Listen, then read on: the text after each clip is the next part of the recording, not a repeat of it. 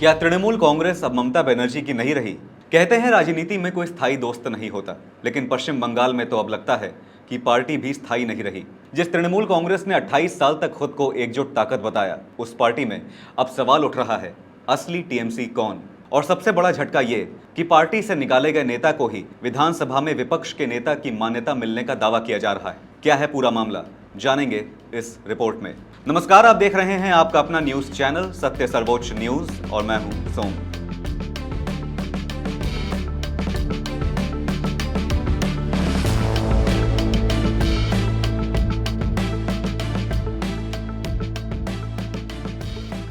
पश्चिम बंगाल की राजनीति में बड़ा भूचाल आ चुका है, क्योंकि तृणमूल कांग्रेस के बागी खेमे ने दावा किया है कि उसके साथ 58 विधायक हैं और विधानसभा अध्यक्ष ने उनके विधायक दल को मुख्य विपक्षी दल के तौर पर मान्यता भी दे दी है। दरअसल इस पूरे घटनाक्रम के केंद्र में है निष्कासित टीएमसी नेता ऋतव्रत बनर्जी, जिन्हें तृणमूल कांग्रेस के बागी विधायकों ने अपना नेता चुना है। बागी खेमे का दावा है कि उन्होंने 58 विधायकों के समर्थन पत्र विधानसभा अध्यक्ष रथींद्र बोस को सौंपे और अध्यक्ष ने उनके विधायक दल के नए स्वरूप को स्वीकार कर लिया।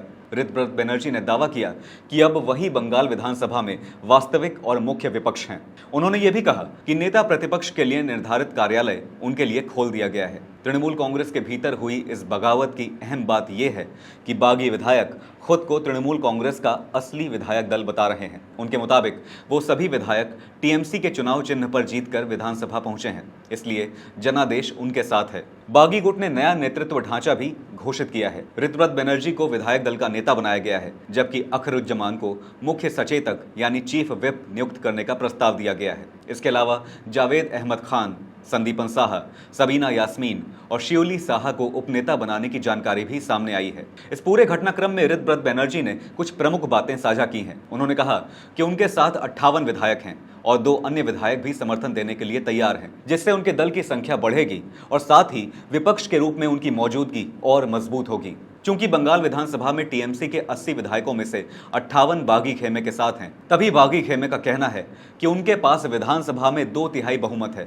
और यही संख्या उन्हें वैधानिक रूप से अलग पहचान दिलाने के लिए पर्याप्त है। ऋतव्रत बनर्जी के मुताबिक विधानसभा अध्यक्ष ने उनके नेतृत्व वाले गुट को स्वीकार कर लिया है और अब वही विधानसभा में वास्तविक विपक्ष की भूमिका निभाएंगे। उन्होंने कहा कि उनका गुट सरकार का अंधा विरोध नहीं करेगा। सरकार जहां अच्छा काम करेगी वहां उसका समर्थन किया जाएगा, लेकिन जहां जनता के हितों की अनदेखी होगी वहां मजबूती से विरोध भी किया जाएगा। उनके मुताबिक विपक्ष का काम सिर्फ विरोध करना नहीं, बल्कि जनता के हितों की रक्षा करना है। ऋतव्रत बनर्जी ने इस दौरान अभिषेक बनर्जी पर भी तीखा हमला बोला। ऋतव्रत बनर्जी ने ममता बनर्जी और अभिषेक बनर्जी को लेकर बागी गुट का रुख पूरी तरह स्पष्ट करते हुए कहा कि उनके लिए आज भी ममता बनर्जी ही सर्वोच्च नेता हैं। उन्होंने कहा कि बागी विधायक चाहते हैं कि ममता बनर्जी आगे भी उनकी मार्गदर्शक, संरक्षक और सलाहकार की भूमिका निभाती रहें तथा विधायक दल को दिशा देती रहें, क्योंकि पार्टी को खड़ा करने और मजबूत बनाने में उनका सबसे बड़ा योगदान रहा है। हालांकि अभिषेक बनर्जी को लेकर ऋतव्रत बनर्जी ने साफ संकेत दिया कि बागी गुट उन्हें विधानसभा में अपने दल का हिस्सा नहीं मानता।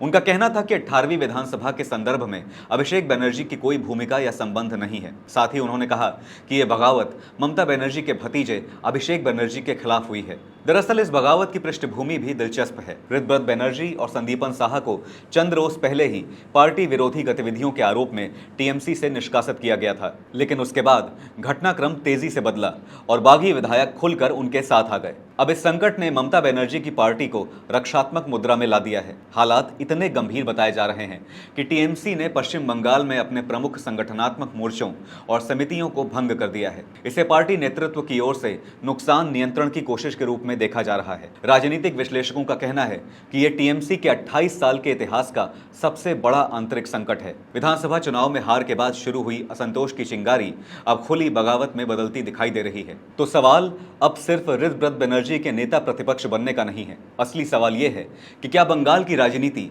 अब ममता की टीएमसी और बागियों की टीएमसी के बीच नई लड़ाई देखने जा रही है? और अगर 58 विधायक सचमुच एकजुट रहे तो क्या यह पश्चिम बंगाल की राजनीति का सबसे बड़ा शक्ति परिवर्तन साबित होगा? आपकी इस मामले पर क्या राय है, हमें जरूर बताइएगा। फिलहाल इस खबर पर इतना ही। देश और दुनिया की बड़ी और अहम खबरों के लिए बने रहिए सत्य सर्वोच्च के साथ। लाइक, कमेंट, शेयर और सब्सक्राइब करना ना भूलें। अपना और अपनों का ध्यान रखें। धन्यवाद। जय हिंद।